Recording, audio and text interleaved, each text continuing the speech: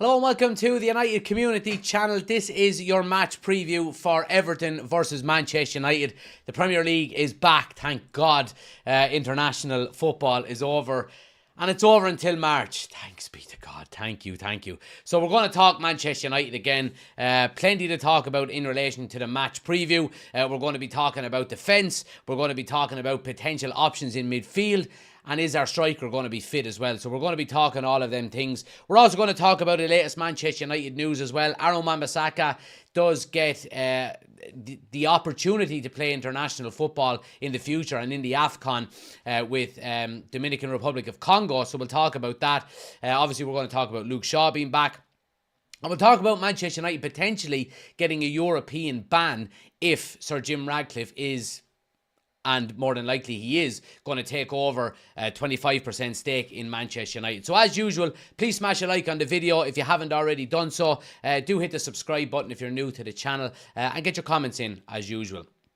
But look, we'll jump straight into it, guys, with the match preview. And we're going to talk first and foremost about our defence in relation to the weekend. And people asking about what do you think is going on in Dublin at the moment. I've been following it. For anyone who doesn't know, there's riots going on in Dublin. An adult and I think 3 children were stabbed today. So hopefully everybody is okay and everyone is safe and all of that kind of stuff. But yeah, it's not ideal what's going on in Dublin at the moment. But we'll try and give everybody a piece of escapism here. We'll talk a bit about football and we'll talk a bit about Manchester United and so on and so forth. But yeah, not good what's going on in Dublin at the moment. I hope everybody is staying safe and nobody is getting out of control too much. But yeah, not nice scenes coming out of Dublin today. So yeah, we'll know more obviously as the hours and days roll on. But yeah, thoughts go out to everybody up there. But look, let's jump in and talk about the game on the weekend. Obviously, Manchester United are travelling to Goodison Park to face Everton. And not the best time to be going there, in fairness, because Everton, obviously, as we know, have got a 10-point deduction in the Premier League. And by all accounts, they are going to be very much up for this game. This, I suppose, negativity that's surrounding them at the moment seems to be galvanising them, from the outside looking in, at the very least. So I think you could have better. I suppose you could be playing Everton at a better time, is what I'm saying more than anything else. But we'll talk about defence, and I want to talk specifically about our left-back area. And obviously, we do know that Luke Shaw has returned to training. And Ten Hag said today in his interview that he's been back for 2 weeks now training. Obviously, since, players left for the international break, he's been back and he's been available. And he will be available for selection on the weekend. Now, does that mean that he is going to play any part? I would be very surprised if he starts. I really would. And I think, if he does take any part in this game, it's probably going to be a minor role. We do see with players coming back from injury with Ten Hag that he likes to, blood them in, I suppose, slowly is the best word to use there. And we've got to be very careful about this as well because, injuries have been, at a high level for Manchester United so far this season. I think we're up to 14 injuries for first-team players so far. And the last thing you want to do is rush a player like Luke Shaw back, given the fact that area of the pitch is so important for us at the moment. You don't want to rush him back, and all of a sudden he gets another injury, and, we're back to square one again. So it's going to be interesting to see how Ten Hag sets up on the weekend. We do have the likes of Wan-Bissaka and Dalot going up against each other at right back. We've seen Dalot play at left back a number of times this season as well. And now we also know that, Reguilon looks to be back to full fitness as well. So again, I go back to that left back area. And we've mentioned it a good few times already that it's going to be an area that I think once we do get back to Look, it's going to be Luke Shaw if he can stay fit. It's going to be Luke Shaw's position, and he is going to be our main left back, for the foreseeable future. And I think that can only be a positive thing. I think not only for our defence, but I think we mentioned it last night for the likes of Marcus Rashford. I think the lack of continuity behind him at left back when he plays on that left wing is probably not helping him. Now, again, I don't think that's the reason why he's playing bad this season. I think there's a lot more reasons for that. But I think it can only be a benefit to him if we can get a regular left back. And we know the connection that he's got with Luke Shaw there. So, the more he plays, the better I think we will perform up that left-hand side. And it's going to be interesting to see what way Ten Hag sets up, because we know Varane now is back, he's fully fit, he's available for selection. Harry Maguire, of course, has been keeping him out of the team. And what do we do at the left side of centre-back? If Luke Shaw is completely fit and he is available for selection on the weekend, then do you bring him in and play him at left-back? Because we know Ten Hag likes to play him there. He played him there on a number of occasions last year. He likes to have a natural left footer playing at left side centre back, and of course a right footer playing at right side of centre back. And I wouldn't be surprised, is what I'm trying to say. If Luke Shaw did start, that he started at left centre back with either Varane or Harry Maguire. And I will get into my predicted 11 in a few minutes as well. So there's options, and we've always said that options are a manager's best friend, and you can listen to your talk sports all you want and these media outlets that will try and, make a mountain out of a molehill when we're talking about Varane and we're talking about him falling out with players. It's just not true. You can only start 11 in each game. You really can. And there are going to be players that are going to be unhappy that they're not starting on the weekend, whether that be Varane, whether that be Maguire, whether it be Lindelof. But I think the sooner we get back to a settled back four, I think the better we'll be. We do know that Manchester United are going into this game in good form in terms of results, but not good form in relation to actual performances. Our performances have been quite poor. However, we continue to pick up 3 points. We've won our last 5 games, I think 4 or 5 games. But I think if we do see a settled 11, we mentioned this last night on the news show, that if we can get a settled 11 back into the team where the majority of them are playing week in, week out, it's going to be a massive help to Manchester United. It really is. And I think the reason for that is because, we seen last season, for example. Last season was basically, you had Varane and Martinez every game, Luke Shaw at left back every game, Casemiro, Eriksen, Bruno was basically our midfield throughout the entirety of the season. And the more that happens, the better the team plays. So defence is going to be an important one on the weekend. But again, options are starting to emerge again with players coming back. We've got basically all this left basically for last season to come back is Lisandro Martinez, and of course Malacia as well, and we do know that Johnny Evans is out with an injury also. So I think the more options we have, the better we will fare out throughout the season. Midfield also, guys, is another talking point for the weekend, and like I said previously, Everton are going to be well up for this game. They really are. They're going to be wanting to get 3 points, wanting to put the positivity back into their club after this 10-point deduction. And I think midfield is going to be a very, very important area on the weekend. And again, there's a couple of different options there that you could go with. Do you go with 2 defensive-minded midfielders, or do you go with 2 attacking-minded midfielders? So, what I mean there is, do you go with a Casemiro and an Amrabat with Bruno playing ahead of them, or do you go with a Casemiro, Eriksen, Casemiro, Mount and Bruno? Because I think maybe not even Casemiro. I mean, Scott McTominay has been playing a lot of games for United as well before the international break. So do you go with 2 defensive-minded players? Do you go with a Casemiro and an Amrabat, or a Casemiro and a Scott McTominay with Bruno Fernandes as the number 10? Or do you go with a more attacking style central midfield where you might play Mason Mount and Bruno together? Now, we haven't seen that for a long time, Mason Mount and Bruno playing together. We've seen it at the start of the season, and in my opinion, it wasn't a huge success. I thought Casemiro got isolated an awful lot. But let me know what you think. Do you think maybe it is going to be an Amrabat Casemiro style game where you probably are going to be on the back foot a lot? Well, not a lot, but for maybe large parts of the game, Or do you go attacking and just say, right, we're going to go at Everton and pin them back? I'd like to know what you think about it. Let's see. Aweku says, I'm glad we have most of our injured players back to the team. Yeah, it's always good. Finn says, opinions on what's happening in Dublin. Yeah, just spoke about it at the start. Hope everybody is staying safe. Hope, nobody gets hurt. Obviously, it's terrible to hear what happened. But we'll know more as the as the days and weeks go on. Sorry, just jumped on. What's happening with the takeover? Yeah, we're going to get into that in a few minutes. We're talking about the match preview at the moment, and I mean there are certain areas of the team that are up for question, and I think the main area of concern more than anything is Rasmus Højlund. There is a report suggesting that he may not be available for the weekend, and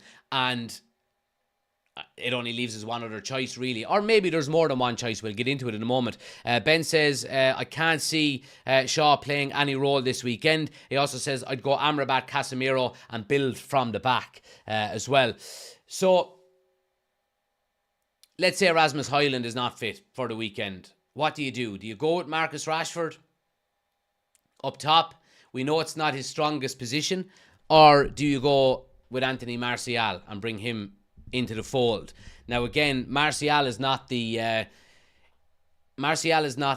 most popular of opinions and choices when it comes to starters in the Manchester United team at the moment. However, Everton has always been a very favourable fixture for Anthony Martial. I think he scored more goals against Everton than any other team in the Premier League since he's been at Manchester United.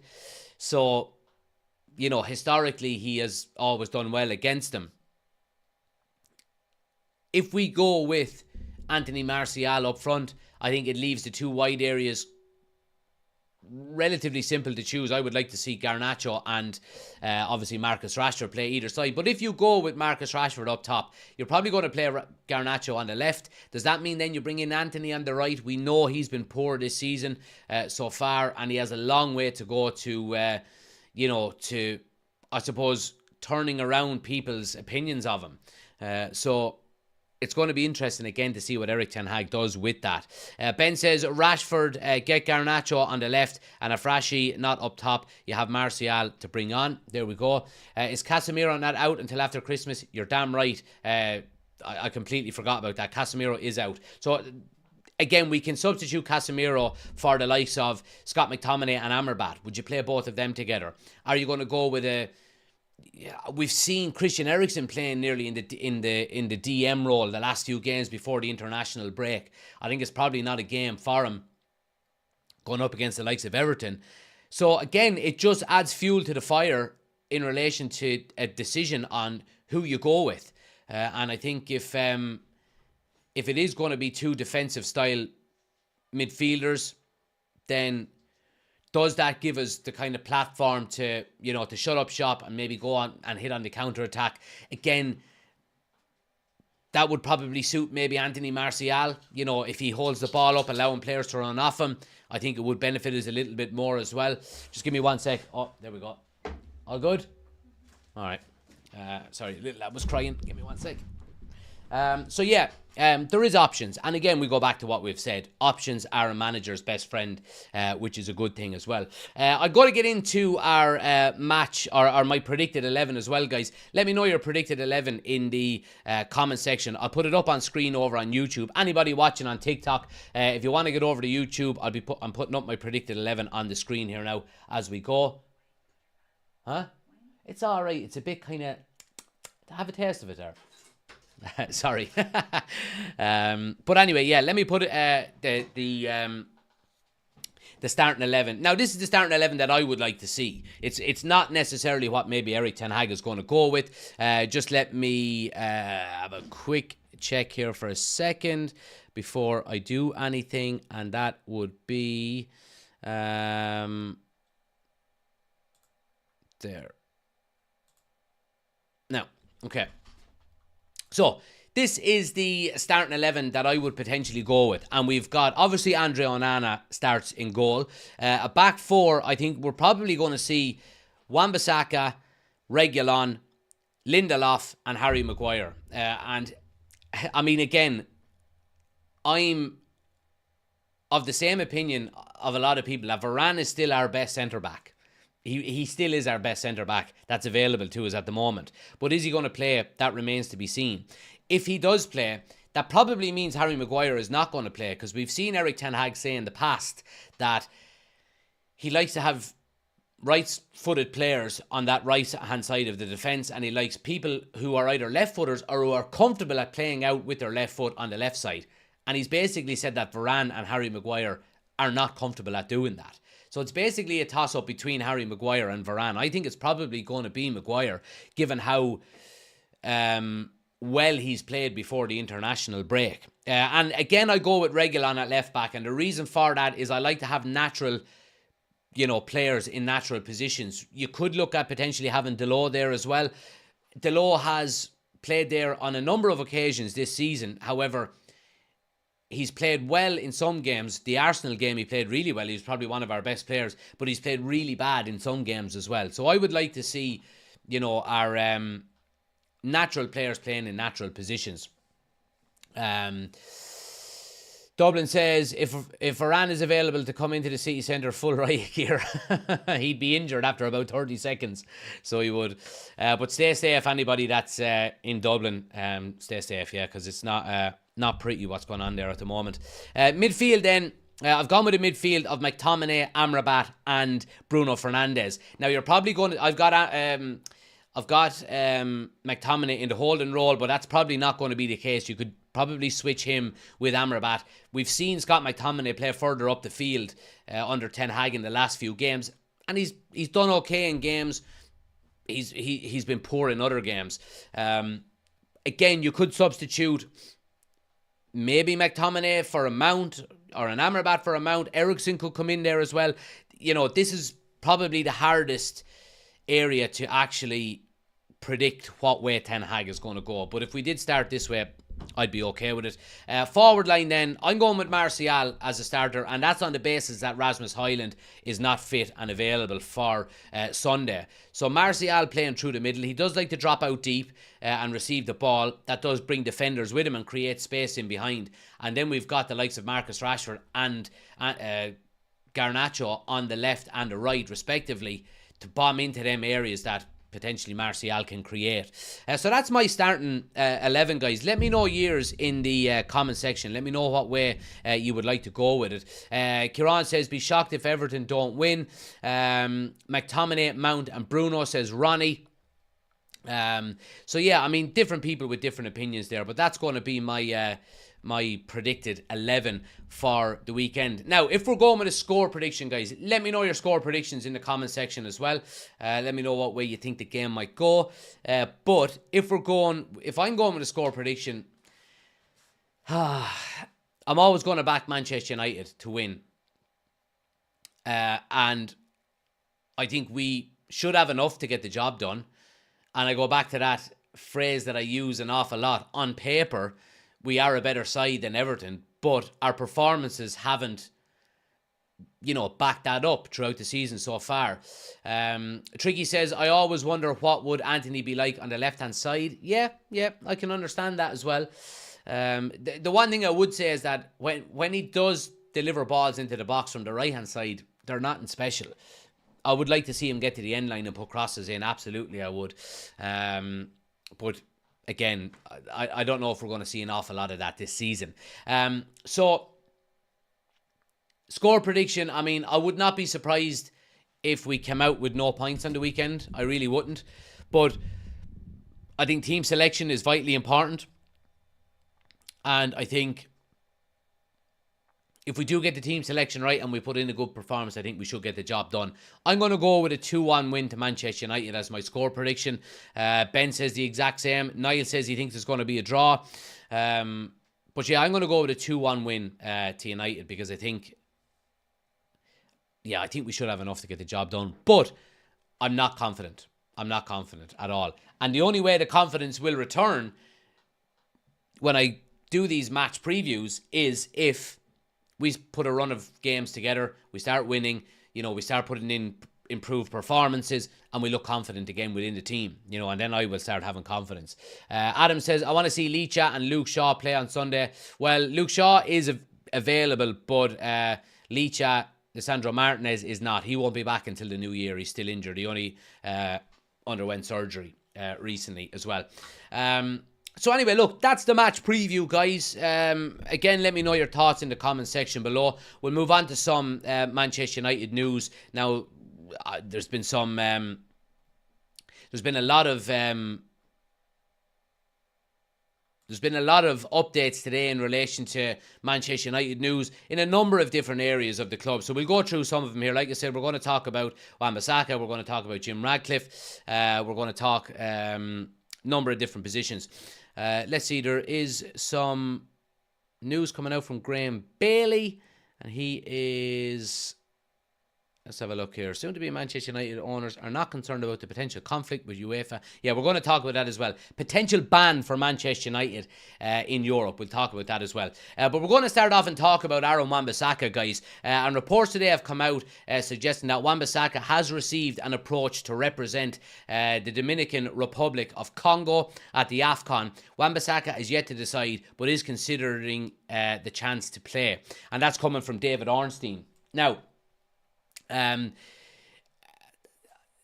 don't think any Manchester United fan wants Aaron Wan-Bissaka to go and play in the AFCON, because what that means is he will be missing for up to 4 weeks in January if he does decide to go. And nobody wants that, do they? I certainly don't. Our right back area is an area of contention at the moment. Obviously, there is, I suppose there is big competition between the likes of Wan-Bissaka and Diogo Dalot for the right-back spot. And I think Niall hits the nail on the head. It would be a disaster if he decides to go to the AFCON with the Congo. But again, it's his choice. He's never had a look in for a position within the England setup under Gareth Southgate. I think he should be minimum in the squad for England. I don't think he's probably good enough to play, but I mean it is an area where they've obviously got Kyle Walker, they've got Trent, they've got Kieran Trippier, but they're all similar types of players. I think up against certain opposition, I think Aaron Wan-Bissaka and that England team would be a huge benefit to England. If you had Aaron Wan-Bissaka playing against, I don't know, France in the World Cup or in the Euros or whatever it may be, and you're playing against Kylian Mbappe, I know who I'd want to play at right back. I really would. And yeah, look, if he does decide to go, then, best of luck to him, but I certainly do not want him to go. I really don't.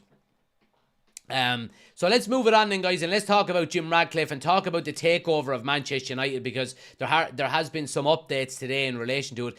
Coming from Miguel Delaney from The Independent, he comes out today and he says that Sir Jim Ratcliffe's football staff, when he eventually does hire him at Manchester United, will not have to run major decisions past the Glazers. And this is music to my bloody ears. It really, really is, because I think the Glazers have made poor decision after poor decision over the last 10 years. And I think if you look at even, let me get the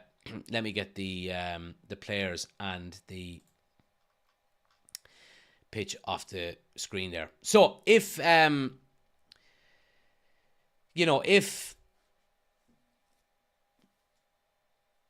Ratcliffe brings in his own men and his own staff to make the footballing decisions within the club and within Manchester United, the last thing we want is for them to have to run any of their opinions or any of their suggestions through the Glazers, because we know they can't be trusted and we know they're not good at making these decisions. So that's absolute great news. It really, really is. And I think if we look as well at what else was said there today. It goes on to say the main legal terms that have to be settled now are exactly how the separation would work, particularly as Ineos has been insistent on a potential path to a majority ownership through equity.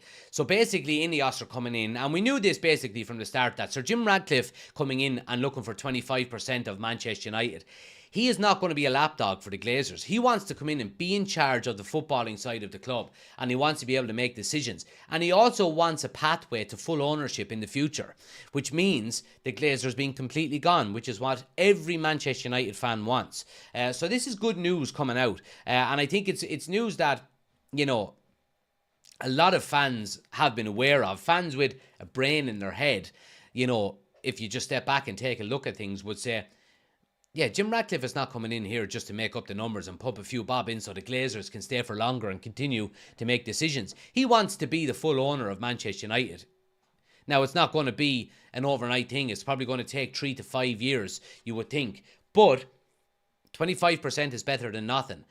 And we know the footballing side of the club has been the worst run side of it. Now, again, there's been a lot of people saying that the commercial side of Man United has been run really well over the last 10 years because we continue to make money and so on and so forth. And I disagree with all of that. The trajectory that Manchester United were on before the Glazers took over, if we had continued that trajectory up until, you know, current day, we would be miles above any other club in world football. Manchester United is such a big club that these kind of, you know, sponsorship deals and money generating, you know, profiting kind of aspects of the club will continue to roll on. I mean, you could put my 2-year-old daughter in charge of Manchester United and they will continue to make money. Manchester United should be head and shoulders above everybody in world football at the moment, given the trajectory that they were on in the early 2000s. And we've seen that stagnate since the Glazers have come in. So I think it's a positive thing that, you know, Jim Ratcliffe is coming in and that he is, you know, obviously taking this 25% and that he is going to be, you know, in charge, and the people he employs are going to be in charge of the footballing side of the club, because it can only be a positive thing. It really can. Niall says he can make decisions, but we're still crippled with debt. Unless Ineos is buying players, it's going to be more of the same. And Ben says, come on, Jim, get in there and stop Jack giving the Glazers his pennies. There you go. There you go. It's my wife's money, so there you go. Anyway, I do want to get on and talk about the reports that have surfaced today that Manchester United could potentially be banned from playing in the Champions League and the Europa League next year. So basically, what's going on here is UEFA have come out, and it's not a new rule. This rule has been in place for, you know, a long time, that dual ownership. So somebody who owns 2 clubs can't have the same club play in the same European competition. Okay. Now, we already know that Sir Jim Ratcliffe is owner of Nice, and he's going to be part owner. And this, by the way, includes part ownership. So for anybody who wants to say that it's going to be the Glazers or the, you know, are still the main shareholders and the main owners of Manchester United, it doesn't matter. Minority shareholders and minority ownership in a club still counts towards this, you know, dual rule. So basically what it means is Jim Ratcliffe owns Nice. He's going to have a part ownership of Manchester United in the next couple of weeks. And it does mean that both of his teams cannot play in the same European competition. And how it works is that if Manchester United finish ahead of Nice in terms of their league position, or if Nice finish ahead of Manchester United in terms of their league position, then whoever finishes higher will get priority to go in to the Champions League. So if Nice finished 3rd and Manchester United finished 4th in their respective leagues, Nice get the Champions League position. Does that mean Manchester United go into Europa League? No, it doesn't. It means Manchester United actually go into the Europa Conference League. Okay? And it would mean, and the reason for that is that if Nice go into the Champions League and they don't get out of the group stage, they can potentially drop in to the Europa League. And Manchester United are there. You can't have two teams playing against each other with the same owner. It's a rule that's been there. It's a long-standing rule. And one of two things can happen here. Either Jim sells Nice, he backs out, three things. He backs out of Manchester United, which he's not going to do, or the rule gets changed. And I don't know which one of them is going to happen, because if he decides to sell Nice, that's not going to be a quick deal, you would think. And there has been reports suggesting, only since we've gone live, again from Graham Bailey, in the, let's see, where is it? There it is there. Soon to be Manchester United co-owner Jim Ratcliffe and Ineos are not concerned about a potential conflict with UEFA due to stakes in Nice and Lausanne. It's understood UEFA are putting plans in place to make sure that teams don't end up barred from Europe in an event of a multi-club ownership. So it's good news, and it's probably the most likely thing that's going to happen, is that UEFA will change the rule. Now, you can look at the likes of the RB clubs, which, you have RB Leipzig, RB Salzburg, and there is, I'm not 100% sure what the get-out clause is there, but there are things in place where it may not be affected. And look, we did see as well, when the reports were suggesting that it was going to be Qatar to take over Manchester United, then either PSG or United wouldn't be able to get into the Champions League, and that was kind of pushed aside, saying UEFA are going to be looking at maybe changing the rule. So it does look like that's probably going to be the most likely outcome. But if it isn't changed and nothing changes between now and the start of next season's Champions League, then Man United are probably going to get shafted, because Nice are second in the French league at the moment. And are Man United even going to get top four? And it's going to be top five as well, by the looks of things. So there's probably is going to be a rule change, because we know UEFA and FIFA and all of these governing bodies, their sole ambition is to make money. And if teams like Manchester United and other big teams who are maybe dual owned, you're not going to have an owner that's, got maybe two lower stake clubs, like Lazio and Sevilla or somebody like that. You probably are, the majority of dual ownership clubs have a big club and then they have maybe a smaller club. Now it's just unfortunate, like we do see with, for example, the Man City group. They've got, I think, is it Girona in La Liga? They've got them owned as well, but they're never going to have to worry about them qualifying for the Champions League. They've never qualified for a European competition ever.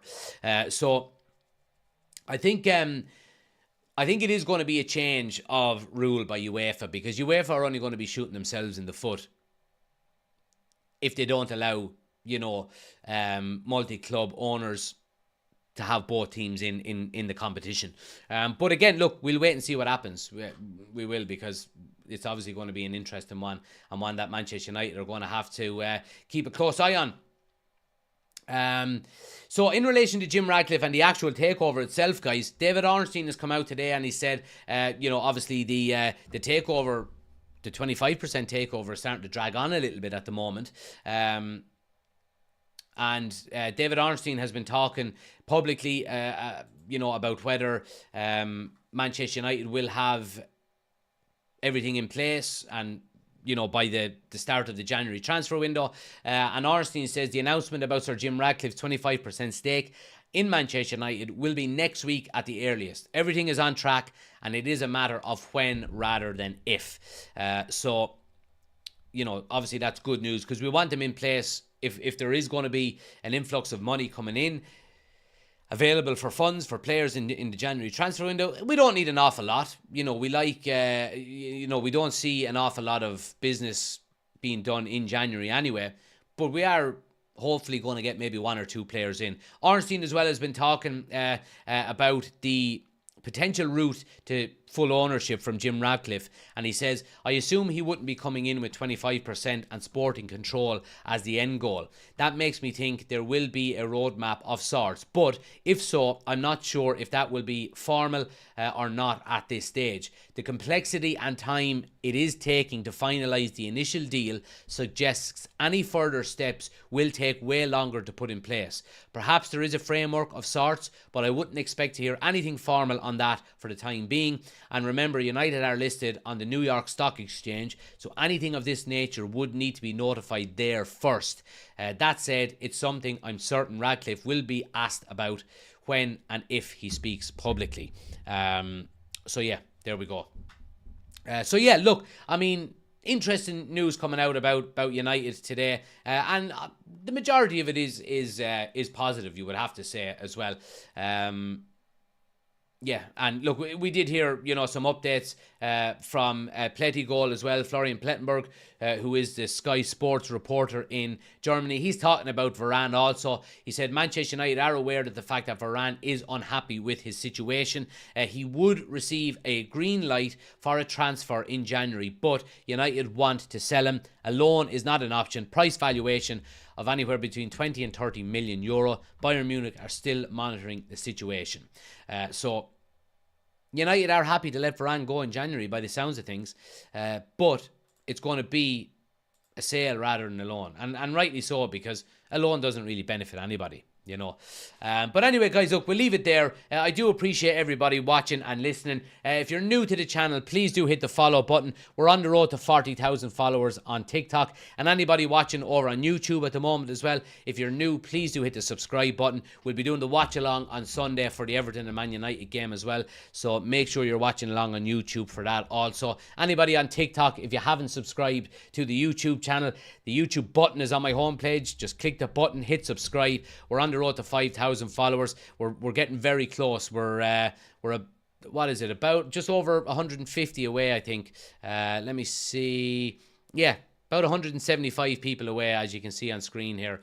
So yeah, appreciate all the support as well. And do go check out the Football Manager 2024 Manchester United Rebuild. Episode 3 is available on the YouTube channel as well. Go check it out. Getting great feedback on the 3 videos we've got up so far. We will be getting, obviously, more of them up as the days and weeks follow. So I'm really, really enjoying it as well, guys. But thanks for watching. Please smash a like on the video. Hit the subscribe button if you're new. Tomorrow is Friday, so we'll be back again with some Manchester United news. Same time, same place. Thanks for watching. Have a great evening. If you're in Dublin, stay safe. Yeah, and we'll chat to you tomorrow. Take it easy.